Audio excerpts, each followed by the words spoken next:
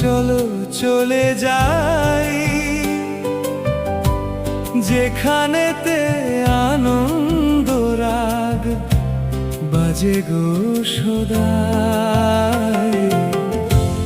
তোমার সুরের হাতটি ধরে চলো চলে যাই যেখানেতে আনন্দ রাগ বাজে গো সদাই। কথার ফুলে সুরের ভ্রমণ যেথায় মিলন সুখে হাসে সেই আসরে ইমন তুমি থাকো বন্ধু আমার পাশে।